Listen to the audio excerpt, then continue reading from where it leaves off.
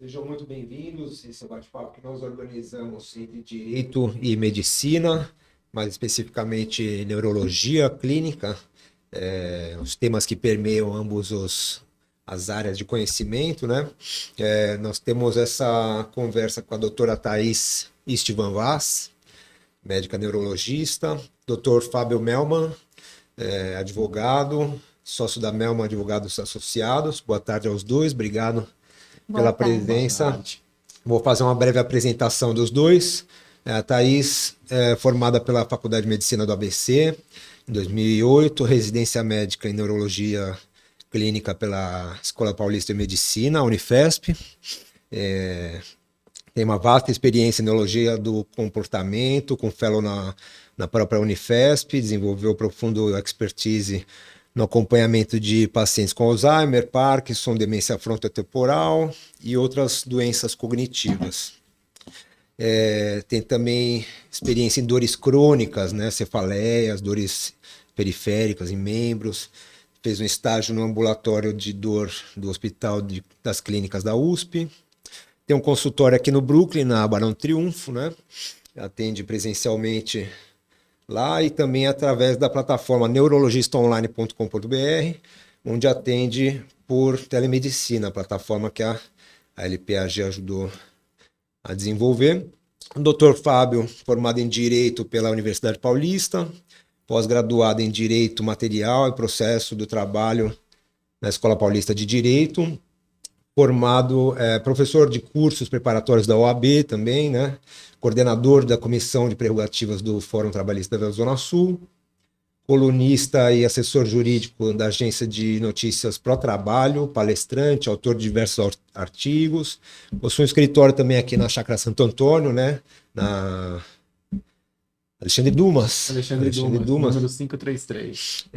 E atende também de forma online, né? Atende também clientes do país todo. Meu nome é Leandro Pelizaro, sou sócio junto com a Ale Godinho da LPAG, que desenvolve e gerencia as estratégias online de ambos, desenvolvendo a plataforma neurologistaonline.com.br, onde a doutora Thaís atende. Já atuei com o Melman também, já fui cliente do Melman, hoje ele é meu cliente da LPAG, estou mais ou menos há um ano. Entre os nossos assuntos aqui, temos os assuntos que permeiam, né, a medicina e o direito, né? Um dos assuntos mais interessantes aqui são medicamentos de difícil obtenção, né? Seja por alto custo, medicamentos regulados ou que ainda não chegaram no país. Thaís, que tipos de medicamentos são esses? Quais são as principais patologias? O que esses medicamentos fazem em prol dos pacientes? Sim, boa tarde. Então, eu sou a doutora Thaís Istvan Vaz. Tem alguns medicamentos que estão no alto custo, né? Que os pacientes conseguem pegar pela farmácia do SUS. E esses medicamentos ficam mais acessíveis. Porém, existem alguns medicamentos para doenças crônicas degenerativas, no caso da neurologia, que não estão disponíveis no alto custo ainda. Talvez um dia estejam, mas não se sabe em quanto tempo isso vai acontecer. Só que são medicamentos importantes para alguns casos específicos, em que faz a diferença na evolução e no controle da doença e na qualidade de vida do paciente. Mas por vezes tem que ser obtidos de forma, por meios jurídicos ou através de ações judiciais. Sim. Uhum. Então, por exemplo, né, nós temos aí alguns medicamentos no alto custo para doenças como a esclerose múltipla, como o Tomires, que é o Ravulizumab, e nós temos, por exemplo, o Donanemab, que foi recém-aprovado pela Anvisa, que é o Kisunla, que é para a doença de Alzheimer inicial ou para o transtorno cognitivo leve, mas para pacientes que possuem marcadores biológicos mostrando que já há o início da doença, mesmo antes da demência se manifestar. Uhum. E aí, nesse caso, é um medicamento que chegou há pouco tempo no Brasil. Ele já era usado por alguns pacientes, mas muito poucos, de maneira importada. E aí, agora, ele acabou de ser aprovado pela Anvisa. O custo é alto, né? Então, mesmo para quem tem uma condição financeira um pouquinho melhor, é um custo elevado. Então, aí ele está em torno, né? É claro que tem os descontos que o paciente consegue por convênio, por cadastro no laboratório, né? Hoje em dia tem muitas facilidades. Porém, mesmo assim, é um custo estimado de 12 a 12.500 mil dólares para 6 meses de tratamento. Então, fica totalmente inviável para o paciente e para a família, principalmente, né? Ela já tem histórico aí de ações nesse sentido, né? Já teve êxito. Conta um pouquinho do histórico do... Acredito que nós tenhamos sido o primeiro escritório a conseguir aí uma liminar, né? Uma sentença já, na verdade, nós já conseguimos a sentença para o fornecimento desse remédio. Uhum. Nós entramos com uma ação para paciente em março de 2025, ele ainda não era aprovado. Aqui no Brasil, ele já era aprovado pela FDA, né, e por outros órgãos internacionais, e a importação dele era permitida. Uhum. Então, nós conseguimos os laudos médicos, né, da importância do remédio e propusemos a ação em março de 2025. Uhum. 2025, março agora, de 2025. Por sorte, em abril de 2025, a Anvisa acabou aprovando. E aí, quando foi em julho de 2025, nós tivemos a sentença onde o judiciário determinou, né, que a União, o Estado ou o município, porque é uma responsabilidade concorrente entre eles, fornecesse esse remédio. E agora o remédio já chegou agora, né, ele vai ser ministrado aqui no Einstein. Então o juiz já mandou que, inclusive, o Einstein faça toda a guarda desse remédio, né, toda a manutenção, porque tem questão de refrigeração, é um remédio injetável. Então, assim, tem que ter todo um procedimento para cuidar desse remédio. Então, é um remédio, como a doutora disse, caro, né? Para essa paciente estaria um custo aí aproximadamente 400 mil reais por ano, né? Então, assim, hoje, para média, né, per capita aí do brasileiro, é um remédio muito caro. Muitas pessoas nem sabem que é possível obter por vias jurídicas, né? O que as pessoas precisam entender é que a saúde, né, é um direito assegurado na Constituição Federal, não é um luxo, né? Então, as pessoas têm esse direito e muitas vezes não exercem, né? Esse direito pode ser reivindicado muitas vezes junto ao plano de saúde ou até mesmo em face do Estado, né, que tem o dever de proporcionar as melhores condições de saúde para a população. E na prática, como é que é o processo? Como é que é o passo a passo para uma ação dessa? O que precisa ser juntado? Laudos? Precisa ser juntado o laudo médico, né, a doutora? A primeira coisa é um laudo bem feito. Primeiro também definir quais os pacientes que realmente são eleitos e necessitam para receber o medicamento. Então, é importante frisar que, infelizmente, no Brasil, nós temos cada vez mais números de doença de Alzheimer, mas ainda é muito subdiagnosticado. Então, até chegar no neurologista e a gente fechar o diagnóstico, muitas vezes já chega na fase moderada ou grave. E aí não tem mais critério para medicamentos imunobiológicos como o donanemab. Então, os pacientes em que a gente consegue receber na fase pré-clínica, e hoje nós temos essas ferramentas que também há pouco tempo não existiam, de marcadores biológicos, de exames de imagem com marcador de beta-amiloide, que vai ver ali a fisiopatologia da doença no cérebro. Então, nós conseguimos definir quais pacientes têm, colocando na balança o custo-benefício, né? O benefício de usar, porque tem suas aplicações, como eu posso dizer, seus riscos. Não é um medicamento simples, né? Então, ele vai atuar na imunidade. Durante a infusão, o paciente tem que ficar num centro sendo monitorado. Precisa haver ali do lado uma ressonância, porque durante a infusão ele pode ter complicações, como sangramento ou edema cerebral.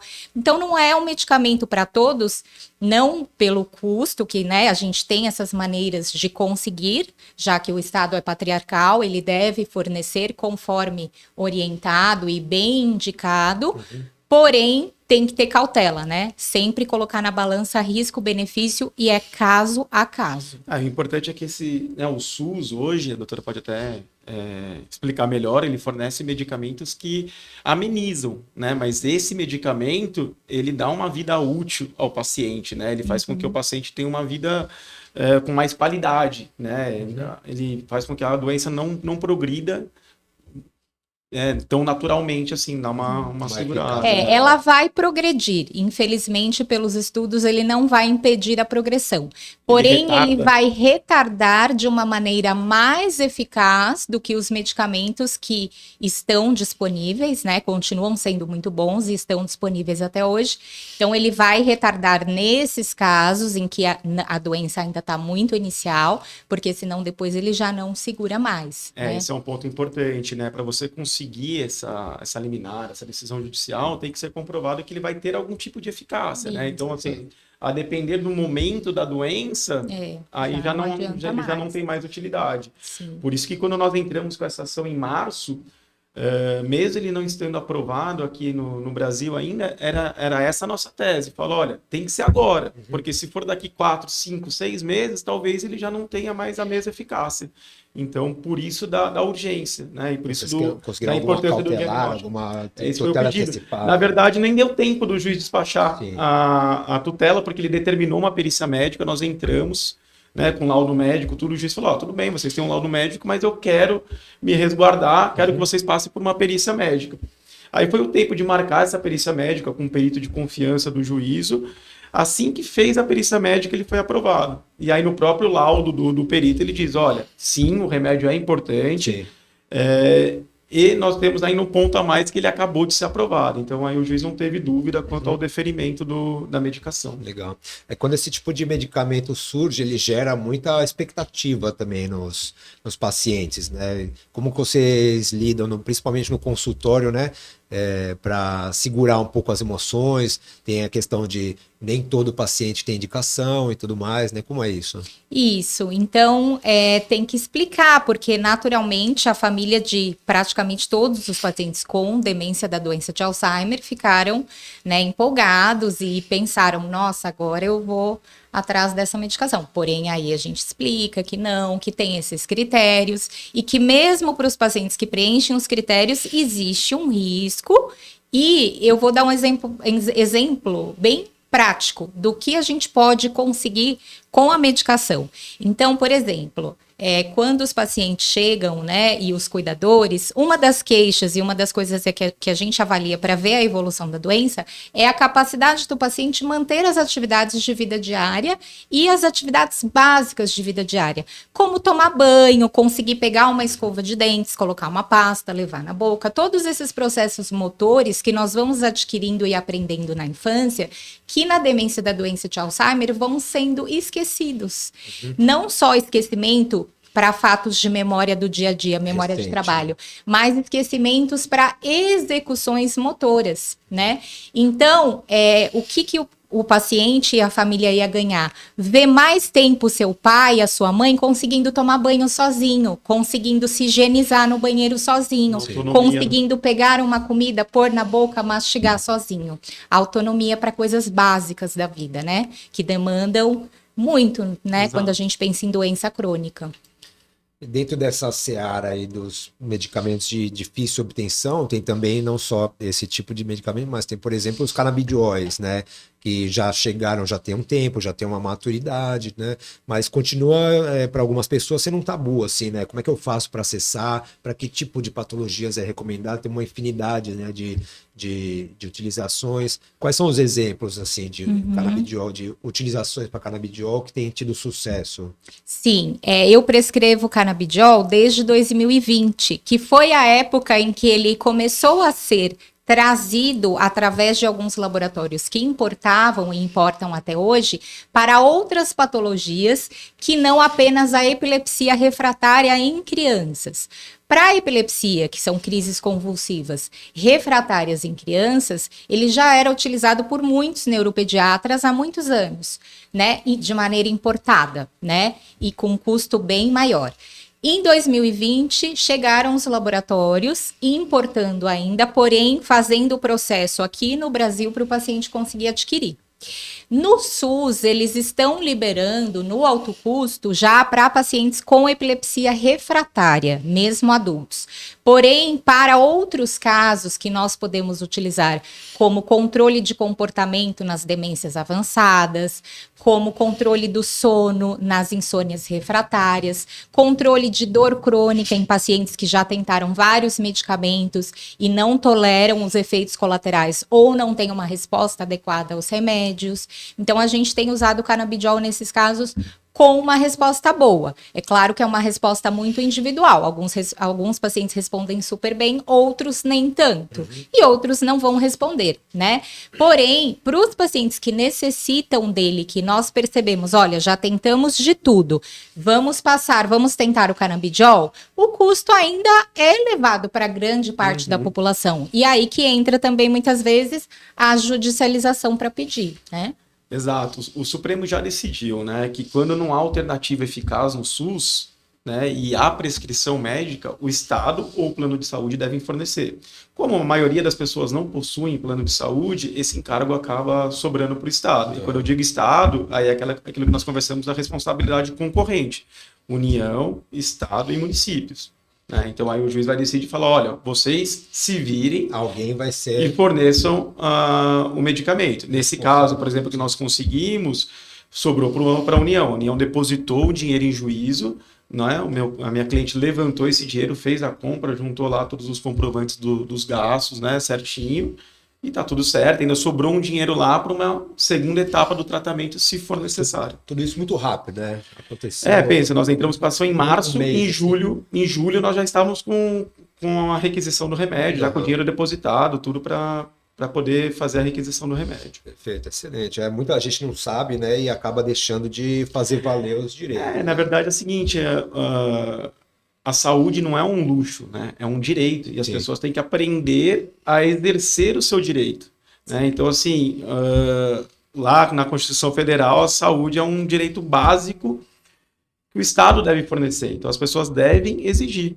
Né? Se você não for até o judiciário e não pleitear, o Estado não vai fazer esforço nenhum para te conceder isso. Tem outros exemplos, né, de medicamentos dificultosos, além de... Tem alguns outros medicamentos, mas para doenças mais raras, né? Se a gente for pensar, o Alzheimer é muito mais prevalente que essas outras doenças neurológicas. Então, por exemplo, a miastenia graves refratária, também a esclerose múltipla. Na esclerose múltipla tem muitos medicamentos já no alto custo, porém tem casos que os pacientes não respondem a esses medicamentos e estão surgindo cada vez mais novos medicamentos que ainda são de um custo altíssimo também, alguns até mais caros do que o donanemab. E aí é uma opção a judicialização também, né? Na doença de Parkinson, a gente tem usado o canabidiol não para a parte motora, para atuar na fisiopatologia, mas para ajudar em flutuações de sono e humor, depressão e ansiedade refratários, alteração de comportamento, dor crônica, né? Então, nesse caso, entra muito ainda o canabidiol. E são ações que são simples, né, assim, para as pessoas procurarem, né? Não são ações complexas. O que você precisa? Você precisa de um laudo médico, né, comprovando a necessidade do paciente. Você vai entrar com a ação dizendo, olha, eu tenho um laudo médico, o médico está prescrevendo esse remédio, eu não tenho condições financeiras de arcar com isso. A Constituição garante esse direito, você entra e pede. É praticamente um checklist que... Exato. Okay. Alguns juízes pedem, né, como no meu caso aqui, que seja feita uma perícia. Né? Você vai passar por uma perícia com um perito de confiança do juízo, e se ele atestar que, de fato, o paciente necessita daquele remédio, que o remédio vai melhorar as condições de vida dele, que é essa a ideia. A ideia não é que ele elimine a doença, né? A doutora mesmo disse aqui que é impossível, não tem ainda hoje nenhum remédio que elimine a doença.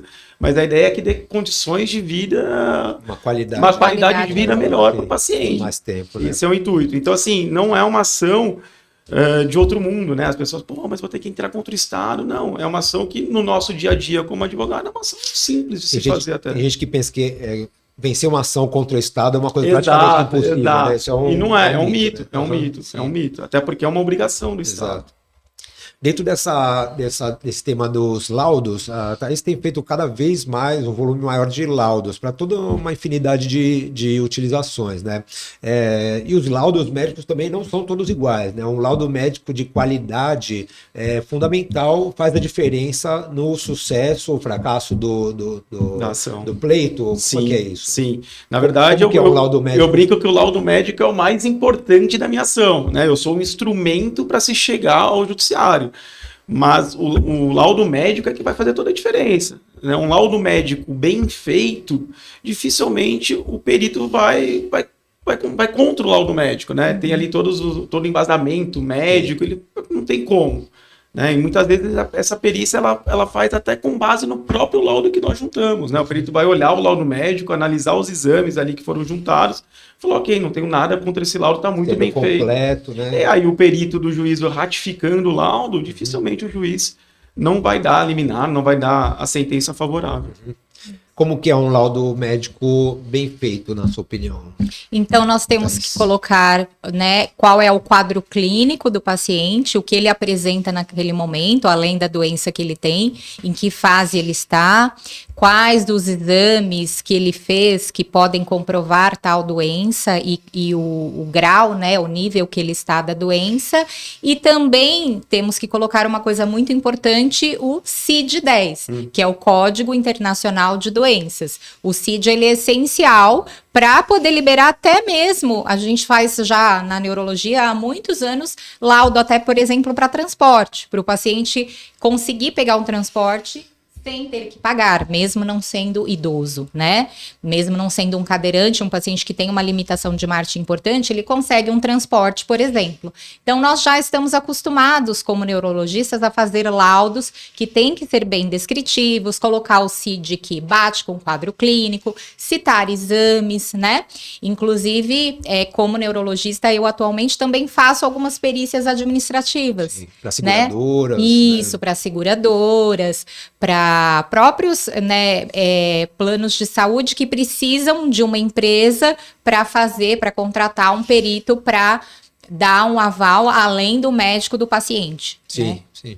Que tem o outro lado também, né? Para saber se a seguradora ou se o plano de saúde precisa realmente, de fato, arcar com aquilo ou não, né? Então tem o outro lado tem o outro lado da perícia médica e da judicialização, sim. O importante também é você bolar uma estratégia de atuação, né? Nesse caso, por exemplo, se nós tivéssemos esperado, talvez, a aprovação da Anvisa, o remédio já não teria mais o mesmo efeito, né? Então, nós entramos antes da Anvisa aprovar, né? Com a tese de que ele já era aprovado em outras agências internacionais, que era permitida a importação dele, juntamos laudo médico dizendo da importância do remédio, e aí coincidiu, né, dele ser aprovado no curso do processo. Mas talvez se nós tivéssemos esperado, nós teríamos perdido um tempo importante aí para o paciente. Do ponto de vista clínico, né, já teria uma evolução da doença. Uma evolução da doença e talvez o remédio nem fizesse mais. É importante uma inicial já muito bem feita para dar celeridade. Né? E aí a estratégia de atuação, né? Você saber o momento certo de entrar, como entrar, contra quem entrar, tudo isso é importante. Exatamente.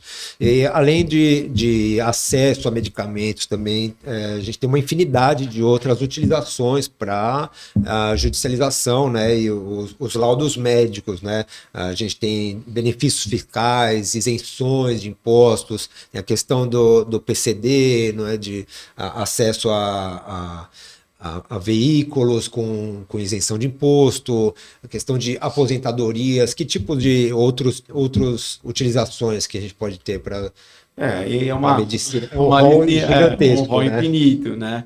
Eu brinco que o advogado e o médico eles possuem o mesmo papel na sociedade, né? Que é de garantir a vida, né? E a qualidade de vida das pessoas. Então existe aí a questão de isenção de imposto de renda, né? Questão do aposentadoria, tudo isso a gente consegue analisar, mas aí é caso a caso, né? Analisando a patologia, qual que é o tipo de doença. Nós temos a questão das pessoas com câncer, que hoje, né, nós conseguimos a isenção de imposto de renda para essas pessoas, enfim, tem uma série de... Doenças do trabalho. Doenças do trabalho, muito, né? Hoje, cada vez mais, agora tem a recente lei que foi aprovada do burnout, né, do reconhecimento do burnout aí como causa de doença do trabalho, que ensejaria até uma estabilidade para o empregado. Então, nós temos um rol importante de doenças que impactam no mundo jurídico. Sim. Quais são as doenças mais comuns, as patologias mais comuns de pessoal pedir para ter acesso a determinados benefícios? Sim, a própria doença de Parkinson, o paciente não precisa estar grave, ele mesmo na fase leve, né, ou moderada, ele consegue ficar isento do imposto de renda. Algumas doenças relacionadas a trabalho, esforço repetitivo no trabalho, como a síndrome do túnel do carpo, que é uma patologia na qual um nervo que vem para a mão, que é o principal nervo que vem para a mão, que é o nervo mediano, ele é comprimido a nível do carpo ali, né, que é sinônimo de punho, por isso que fala síndrome do túnel do carpo. E aí, nesse caso, o paciente muitas vezes fica incapacitado para o trabalho, ou ele pode voltar ao trabalho, porém ele precisa de um afastamento, ele precisa de um tratamento multidisciplinar. Ou até mesmo a justiça determina muitas vezes uma readaptação de função. Isso, uma readaptação. Então é o seguinte, olha, você fazia essa atividade, né, e você tem ali a lesão por esforço repetitivo, você fazia muitas vezes a mesma atividade, isso acontecia muito tempo atrás com os bancários, né? Máquina de escrever, ficava contando dinheiro, máquina de escrever, então eles tinham muitas lesões. E aí entrava-se como ação na justiça, hoje se entra muito, mas por outras atividades. Sim. E aí a justiça falou o seguinte, olha, você tem condições de trabalho, porém você tem que ser readaptado, você não pode mais exercer esse tipo de função. Empresa, você tem aí uma responsabilidade social, sim, você tem que readaptar esse funcionário. Então vamos dar algum curso, né, capacitar esse funcionário para fazer uma outra atividade para não agravar essa doença, porque se a empresa também não readapta, ele continua fazendo isso e há um agravamento dessa doença, isso vai ensejar a ele depois uma indenização e que a empresa vai ter que arcar com essa indenização. Talvez até vitalícia, né? Às vezes até uma aposentadoria vitalícia a ser custeada pela empresa. Exatamente.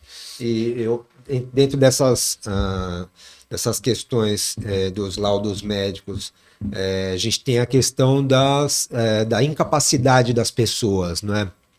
Muitas vezes uma pessoa de idade chega a um ponto que ela se torna juridicamente e clinicamente incapaz, né? Qual que é a linha divisória de uma pessoa para ela ser considerada incapaz clínica e juridicamente? Pensando do ponto de vista clínico, na neurologia, nós temos tanto as incapacidades motoras, como as incapacidades cognitivas, e muitas vezes as duas também, né?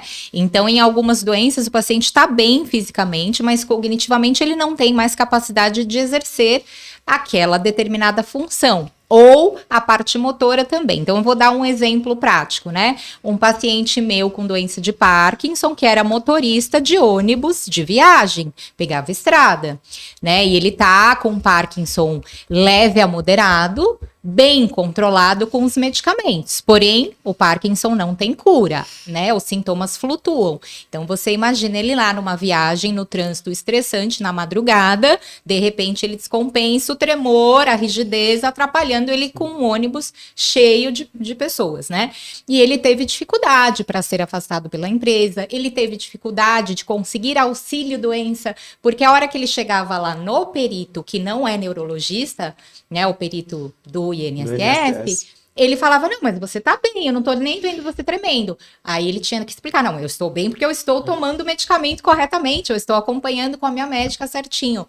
Mas muitas vezes liberavam ele. E aí até ele conseguir provar, e no caso dele ainda havia um agravante. A empresa, como ele não tinha um estudo suficiente para outro cargo administrativo, a empresa não tinha onde colocá-lo. Muitas vezes a empresa também não quer arcar com esse custo de capacitar o funcionário. Né? Ele fala, olha, não tenho atividade para você. Entendeu? Mas não é assim que funciona, não é isso que a legislação determina. Não é tão simples, né? Eu tive um caso no escritório, que o rapaz era motorista também, e ele estava perdendo a visão de um dos olhos.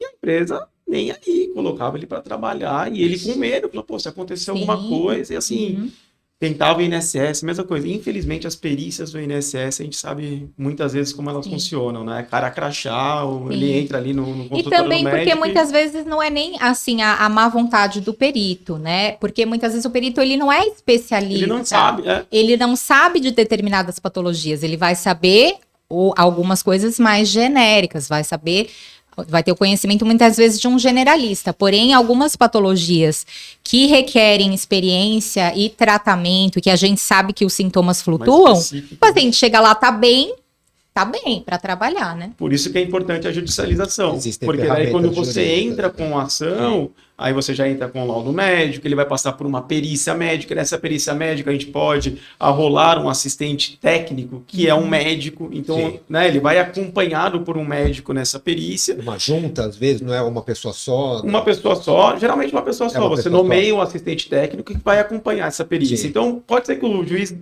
nomeie um perito e que ele também não seja especialista, às vezes acontece.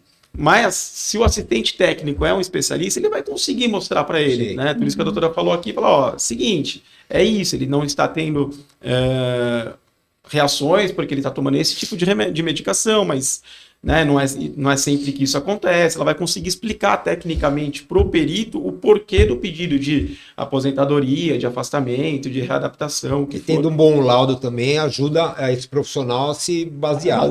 Porque quando vai para o INSS...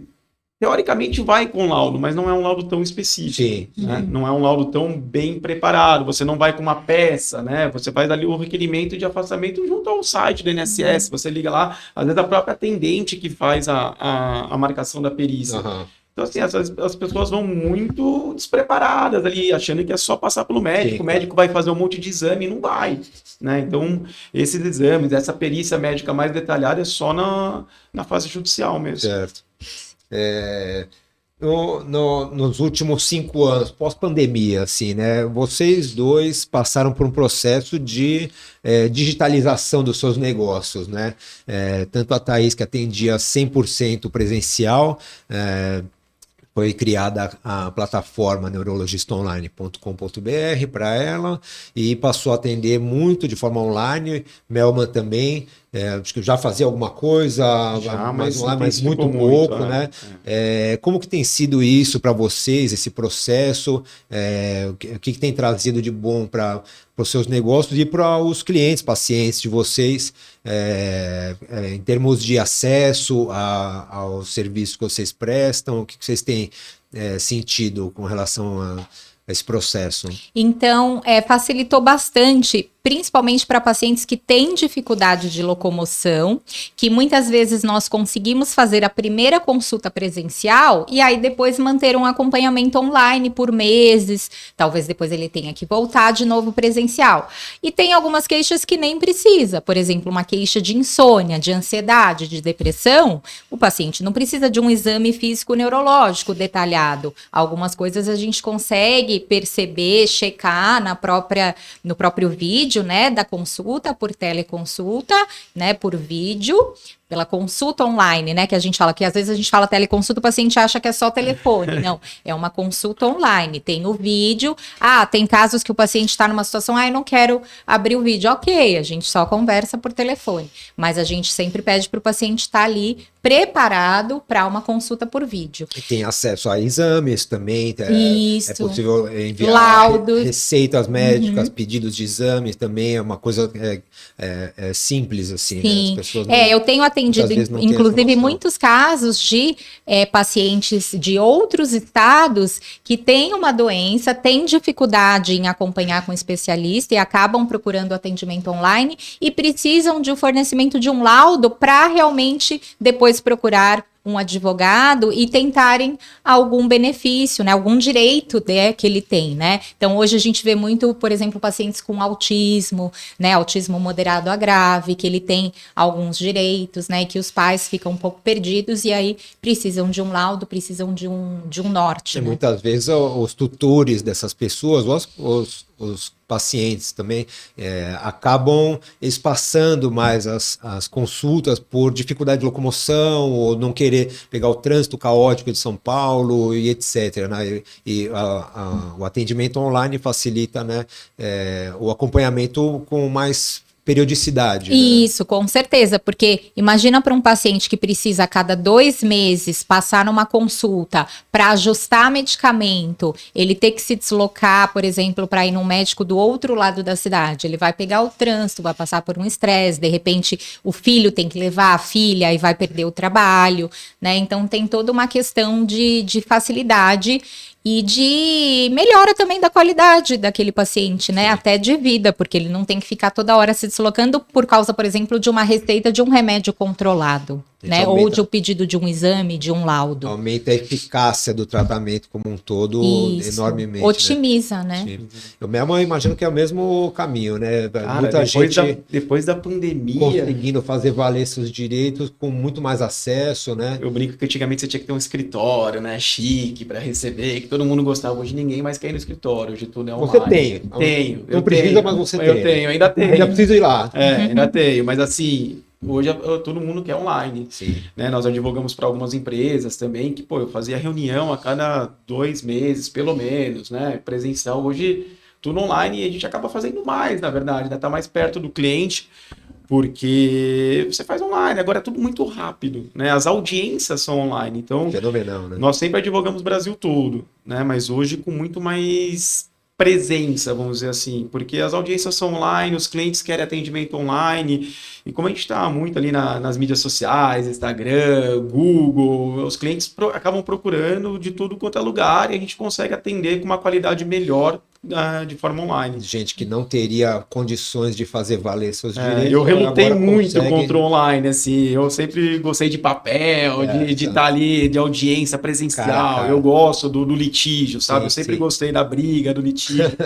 Então eu relutei um pouquinho com online, mas hoje eu já me rendi. Hoje, se eu pudesse, as audiências seriam todas online. E como que funciona a troca de papéis, documentos, tudo também, para tudo dar um jeito? Tudo, nós temos um sistema de assinatura eletrônica, sim. Então o cliente fecha comigo em qualquer lugar, né? A gente às vezes atende cliente fora do país, manda para eles assinam pelo nosso certificado e validade legal, manda os documentos, né? A gente faz lá um Google Drive, manda as pastinhas do Google Drive, enfim... Tudo pela nuvem, hoje é muito fácil. E a Thaís, como que é essa troca de documentos, né? Exames, recebimento de receitas, como que funciona isso com os pacientes? Então, nós usamos uma plataforma dentro da nossa plataforma de atendimento, pela qual nós enviamos receitas, laudos e pedidos de exames com assinatura digital. Inclusive, eu tenho alguns pacientes de outros países, né? Brasileiros ou até não brasileiros, mas a maioria brasileiros, que estão em países onde o acesso ao médico especialista é difícil, porque em alguns países você tem mais acesso ao médico de família. Eles só encaminham para o especialista em último caso. E aí, nesses casos, eu não vou conseguir prescrever um remédio controlado, mas eu consigo elaborar um laudo em inglês para aquele paciente, por exemplo, explicando para ele levar para o médico de família, para o médico de família falar, olha, realmente ele precisa ir para o neurologista para pedir esse exame e para fazer esse tratamento. Ou o próprio médico de família, ele vai ver, o colega lá do outro país indicou tal remédio. Eu vou prescrever, porque aqui ele vai demorar para passar no especialista. Então, vamos falar a verdade, né? O Brasil é referência em medicina. Né? Então, assim, se eu estivesse morando fora, eu ia querer procurar um médico no Brasil. A gente tem muito turismo médico, né? Exato. Então, eu acho que isso é importante. Tem muita gente que vem de fora para tratar os dentes ou fazer exames e tudo mais, aproveita. Cirurgias. Então, o pessoal que mora no Canadá, Austrália, né, que mais? Estados Unidos. Se tiver, tem casos em que a Thaís atende, né?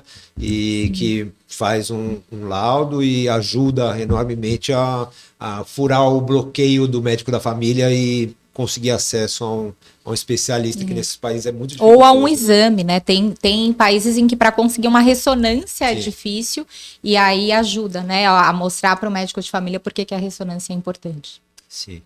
Pessoal, acho que dava para a gente passar aqui mais umas 2, 3 horas falando, é muito assunto, a gente elencou aqui, tem uma lista enorme de assuntos, proteção de dados, inteligência artificial, mas nosso tempo está curto, o papo acho que foi bastante enriquecedor, né?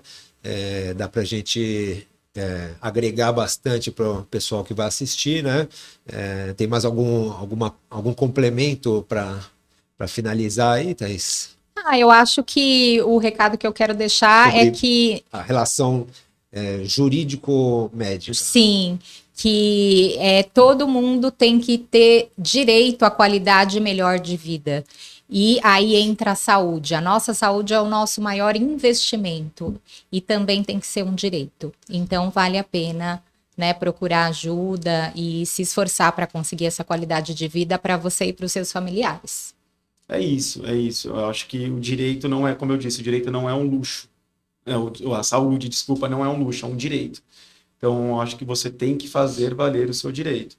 E quando o sistema falha, é o advogado que vai lá abrir a porta da justiça para o cidadão, né? Então, eu acho que essa junção, né, médica, jurídica, eu acho que é muito importante, né? Você estando bem acompanhado por um profissional médico e um bom advogado, com certeza você vai conseguir fazer valer seu direito.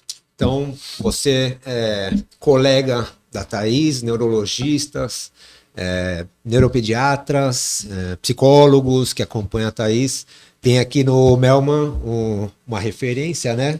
E vice-versa também. Os clientes, os colegas também do Melman, precisando de uma neurologista para apoiar aí suas petições, o que for, que é a doutora Thaís, né? Então, eu queria agradecer a esse papo. Obrigado. Obrigada a vocês também. Obrigado. E ficamos por aqui. Temos que marcar a próxima. Vamos marcar mais vídeos desse. Obrigado, pessoal. Obrigada.